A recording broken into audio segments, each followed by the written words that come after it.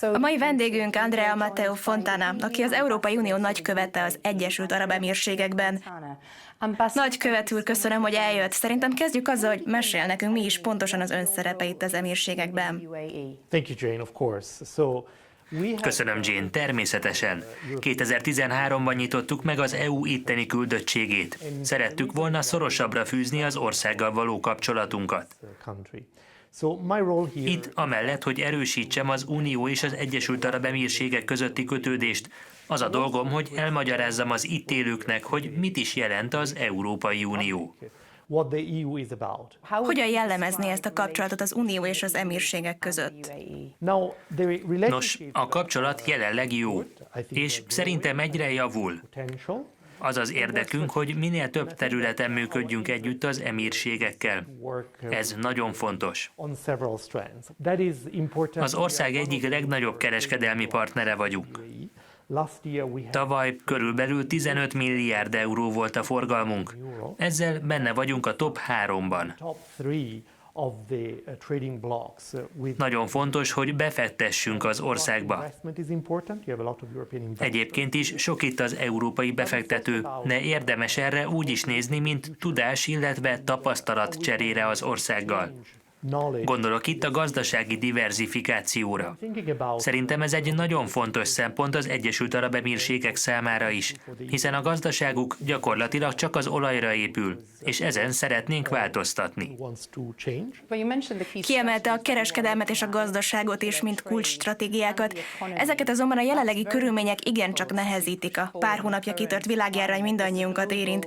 Milyen kihívásokat jelent ez az említett területekre nézve? Nos, dióhéjban a válság megmutatta, mennyire fontos a globalizáció. Amikor beüt egy ilyen világjárvány, az óriási hatással van a gazdaságra, az ellátásra, meg egyáltalán arra, hogy a dolgok megfelelő helyen, a megfelelő időben történjenek. Ezt pedig nagyon nehéz rövid távon kezelni, megoldani. Védelemre van szükségünk szerintem, de nem védővámrendszerre. Nem akarhatunk elszigetelődni. Folytatnunk kell a globális együttműködést. Sokan élnek itt, akik még az EU-ból emigráltak ide, akiknek most különösen fontos, hogy tudják, ez a munka, ez az együttműködés zajlik-e a színfalak mögött.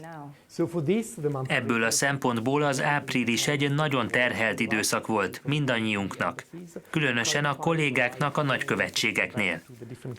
Megtalálni a megfelelő járatokat vissza Európába. Ez része annak az óriási erőfeszítésnek, amelyet az EU tagállamai tettek a világ minden táján, hogy biztosítsák, hogy több mint 500 000 turista haza tudjon jutni Európába. Most pedig tudja, a fő kihívás az, hogy a lakosok visszatérhessenek. Ezt viszont szerintem az elkövetkezendő hetekben meg fogjuk tudni oldani. Az ország fokozatos megnyitásával, illetve az emírségek új reptéri protokolljával. Ami pedig szerintem kifejezetten sikeresen működik az országban, az a magas szintű tesztelés, melyet a helyi hatóságok elérhetővé tettek a helyieknek. Szerintem ez az egyik döntő tényező, amely elősegítette, hogy az ország újra megnyitja a repteret és ismét fogadja a turistákat. Most, hogy talán kezdünk kilábalni a válságból, ön szerint mi lesz az Unió szerepe Európában, illetve milyen szerephez juthatnak az Egyesült Arab Emírségek? Nos, Európa számára szerintem a fő kihívás az lesz, hogy egységesen lábaljunk ki. Az utazási korlátozásokat, melyekre biztonsági okok miatt volt szükség, most fokozatosan szüntetjük meg. Európa most újra megnyílik, szabadon utazhatunk az Unión belül. Az EU-n kívülre, a szegényebb országokra pedig szintén szolidaritással kell tekintenünk. Globális szinten a gazdaságra nem kis csapást mért a világjárvány. Milyen stratégiára vagy járvány utáni intézkedésekre lesz szükség, hogy kilábaljunk ebből a korszakból? Ez mindannyiunknak komoly kihívás lesz. A gazdaság valóban megsínylette a járványidőszakot. Legyünk őszinték, ez az Európai Unió történelmének legkomolyabb válsága. Némely tagállam GDP-je ebben az évben 5-10%-kal is csökken. Ez persze vonatkozik több unión kívüli országra is. Ilyenre a két világháború közötti nagy gazdasági világválság óta nem volt példa. Szóval a kihívás hatalmas. Rengetegen veszítik el a munkájukat, rengeteg cég bezár. Most a kormányoknak lehetőségük van bizonyítani, például egy olyan nemzetközi szervezet előtt, mint az Európai Unió, hogy változtatni akarnak.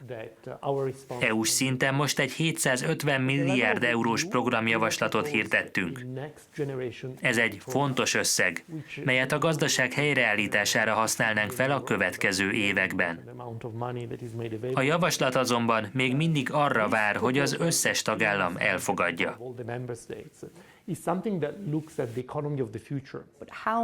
A tagállamok helyi kormányai kezében ön szerint mekkora kontroll maradhat, hogy az országok talpra állhassanak és beindíthassák a gazdaságukat? A tagállamok továbbra is felelősek maradnak a gazdasági döntéseikért. Az Unió azért van, hogy támogassa, nem pedig, hogy irányítsa őket. Azonban a legfontosabb szerintem az, hogy a közös problémára próbáljunk meg egy közös választ adni. És akkor együtt túlélhetjük ezt a válságot. Nyilván nincs egyetlen recept az összes tagállam számára, hiszen a gazdasági berendezkedések eltérőek, a demográfia is különbözik. Hagyni kell egy mozgásteret, hogy a megoldási tervet a saját helyi kihívásaikhoz tudják igazítani. Itt az Emírségekben a 2020-as Dubai világkiállítás, az Expo 2020 jövőre lesz megtartva. Miért különösen fontos a rendezvény sikere a helyi gazdaságra nézve? Az Expo alatt én leszek az EU főbiztosa, és szerintem a kiállítás magáról a változásról fog szólni. Nehéz előre kiszámítani, mi fog történni egy éven belül. Azonban az Expo 2020 lesz az egyik első globális rendezvény a világjárvány végeztével, hála a vakcinákba fektetett erőfeszítéseinknek. Szóval egyike lesz azoknak a rendezvényeknek, ahol megoszthatjuk egymással a tapasztalatainkat, és tanulhatunk egymástól. Így a kiállítás mottója továbbra is helytálló. Összekötjük az elméinket, megalkotjuk a jövőt. Azt fogjuk vizsgálni, hogyan tudunk együtt létrehozni egy fenntarthatóbb, szolidárisabb jövőt. Nagykövet úr, köszönöm, hogy rendelkezésünkre állt. Örülök, hogy megismerhettem. Köszönöm, részemről a szerencse.